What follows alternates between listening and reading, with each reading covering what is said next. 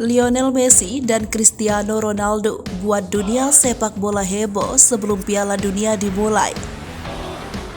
Tinggal menghitung jam lagi, gelaran Piala Dunia 2022 Qatar yang akan segera dimulai. Duo mega bintang sepak bola dunia, Messi dan Ronaldo, menghebohkan di dunia maya. Pasalnya, kedua pemain sempat menjadi rival di laga tersebut bersamaan mengunggah foto yang sama melalui Instagram mereka masing-masing. Messi dan Ronaldo jarang sekali berdua dalam satu bingkai yang sama. Hanya saat dipertemukan dalam laga hingga menghadiri acara penghargaan, dua pemain yang mengoleksi gelar Ballon d'Or ini diabadikan dalam sebuah foto. Namun, brand mewah asal Prancis Louis Vuitton berhasil membawa mereka dalam satu bingkai.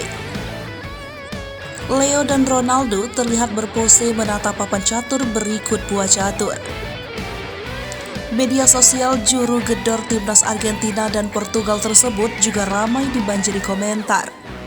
Terbukti, di Instagram La Pulga sebanyak 20 juta orang lebih menyukai dan komentar sebanyak 238.000 lebih. Sedangkan di media sosial Cristiano sebanyak 25 juta lebih orang menyukainya dan sebanyak 347.000 lebih membanjiri komentar pemain asal Portugal tersebut.